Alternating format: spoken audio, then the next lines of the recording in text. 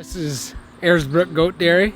I'm Miles Hooper, owner and manager with my mother and wife. At Ayers Brook, we're focused on rapid genetic improvement and pinpointing productive, healthy, resilient bloodlines, and then marketing sires from those bloodlines that will in turn be the father and grandfather on other farms. This is also the home of Vermont Chivan, where we take dairy culls and bucklings from around the state of Vermont and market them down country to white tablecloth restaurants. And we're really trying to make Chivan much more a part of Western cuisine. Chivan is goat meat. Chivan is goat meat, indeed. Yes, that's another word we've stolen from the French. So, you know, you don't call pork pig meat and you don't call beef cow meat. So why do we call it goat meat? Let's just call it Chivan. Can you show me around the farm? Sure, yeah. So here we get the milk house. Inside this room is the milk tanks, and the truck pulls up here to the front door and pumps the milk and takes it to Vermont Creamery to be made into aged cheeses, and also Fat Toad Farm to be made into caramel.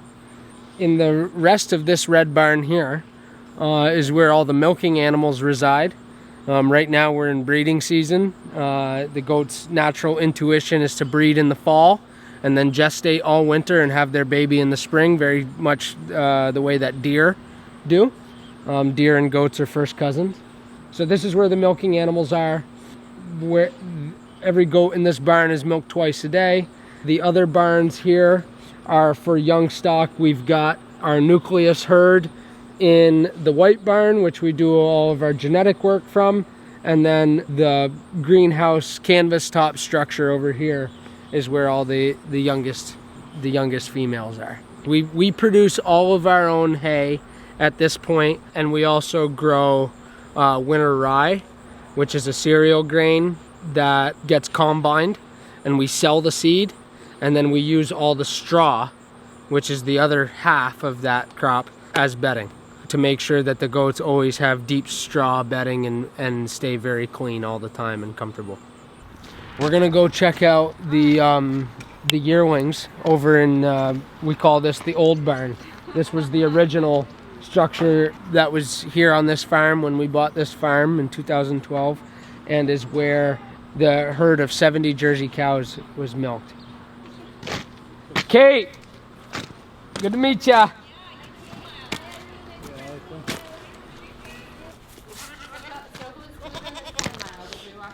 Yeah, we'll go right in. This barn is our Nucleus Herd. These guys are all Saanens or close to Saanens. There are some other crossbreeds in here as well. But basically the sires that we sell are all products of Saanen dams. Saanen is a breed of goat? Yes. Okay. Yeah, and they're one of the most prolific in Europe. In my opinion, there's the most amount of genetic work done with this breed. Genetic selection is what I mean. We're selecting the goats for consistency and type.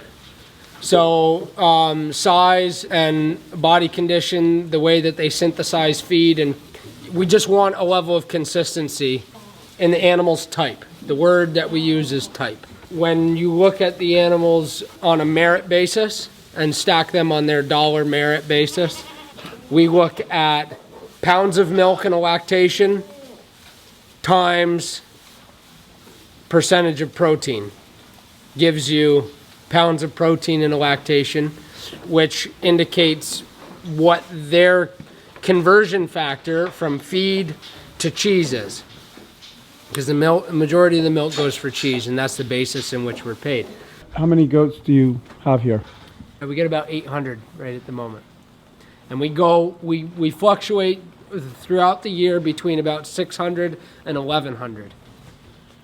How many times a day do they need to be milked? So the does, the mamas, are milked twice a day, 6 a.m., 5 p.m. You can't miss a milking. Never have, never will. what happens if you miss? What?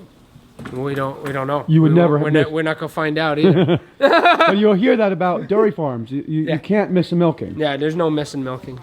Yeah. We're going into the kid barn.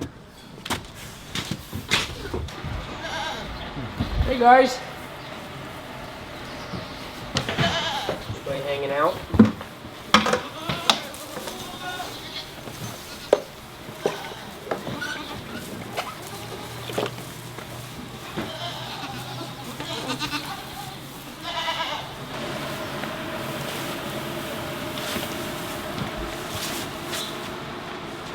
Tell me about the goats. It seems like the goats really like you. They do. Like, they're all touching. Yeah, well, they certainly think I have something for them. No, these are our babies. You know, they know that we come in here and take care of them many times a day, and that, you know, their needs come first. You know, we like.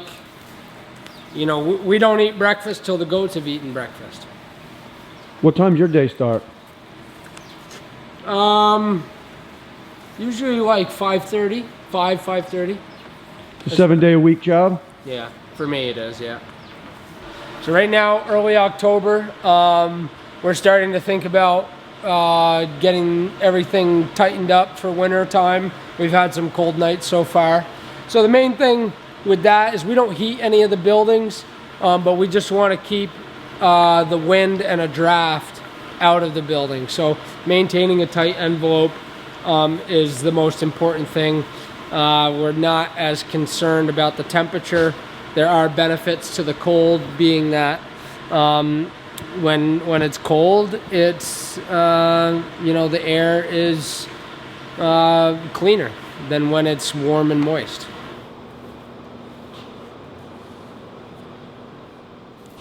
In 2014, we decided to put a solar array on this barn. It had the perfect pitch and orientation for a fixed mount array. And at that time, the incentives, the pay price for net metering, which is to sell power back into the grid, was very advantageous. The second array we did, which was last year, on the other barns, the pay price has scheduled down, but still is a worthwhile endeavor. And so all of the power on this farm is generated by the solar, and the surplus gets marketed to other businesses like Vermont Creamery. You could say, except for internet, you're an off-the-grid farm? No, it's all on the grid. Our power still comes in on that single phase service over there. Okay, all the power we produce gets sent out on the 3-phase service here. That's a dedicated service just for sending power to the grid. So it's all credit based. Do you make more power than you use? Yes. So you're actually making money by selling electricity. Right. Yeah. So that's offsetting your costs. It's another revenue stream for the farm. They're not slashing and burning Amazon rainforest to make more goat paddock. Right? We believe that goats are a remedy for the very carbon intensive ways we produce food for the world. Goats are extremely efficient in their ability to convert all types of feed into meat and milk and leather. Okay. Just think about this for a second. We're getting a goat to milk in a year, which means that they're essentially at maturity. Okay. That animal is generating a return for us in 12 to 15 months.